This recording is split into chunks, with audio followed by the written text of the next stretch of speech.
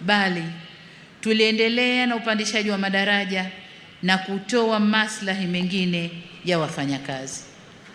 Sasa kwa mapenzi makubwa na kwa namna mlivyoiunga mkono serikali tulipowaomba mfunge mkanda na mkaamua kujituma na kufanya kazi kwa bidii na kufanya uchumi wetu ukue kwa 5.5% mwaka huu, kwa kuwa mcheza kwao hutunzwa.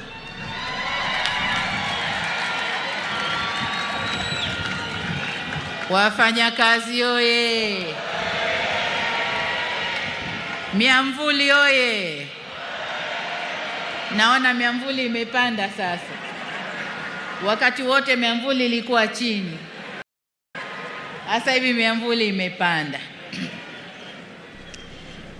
Sasa kwa kuwa mcheza kwao hutunzwa, mimi na wenzangu, na baada ya kuangalia uchumi ulivyopanda, na umepanda kwa sababu ya nguvu zenu wafanyakazi,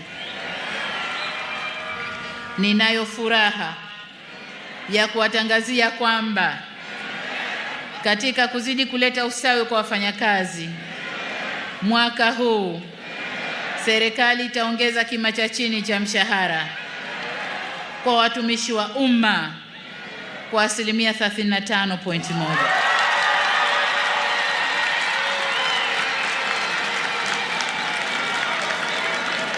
Wafanyakazi oye!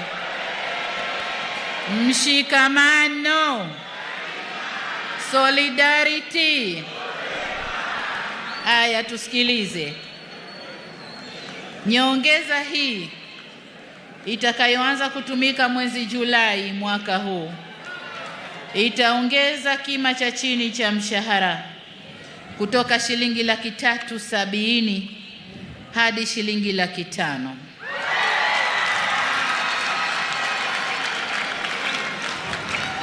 Ngazi nyingine za mshahara nazo zitapanda kwa kiwango kizuri jinsi bajeti inavyoturuhusu, lakini nataka niwaambie nyongeza nzuri ipo.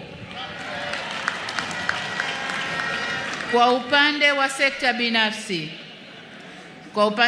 binafsi, bodi ya kima cha chini cha mshahara kwa sekta binafsi inaendelea sasa kufanya mapitio ili kuboresha viwango vya chini vya mshahara kwa wafanyakazi wa sekta hiyo. Pamoja na kazi inayofanywa na bodi hiyo, naendelea kuvihimiza wizara na vyama vya wafanyakazi kufanya majadiliano na waajiri ili kutekeleza mikataba ya hali bora ya wafanyakazi katika sekta binafsi waendane sambamba na wenzao ya sekta ya umma. Ndugu wafanyakazi, ahadi yetu serikali kwenu kwamba tutaendelea kuboresha mazingira ya kazi yakiwemo maslahi ya wafanyakazi kadri hali ya uchumi itakavyoruhusu. Wafanyakazi oye! Solidarity, mshikamano. Ndugu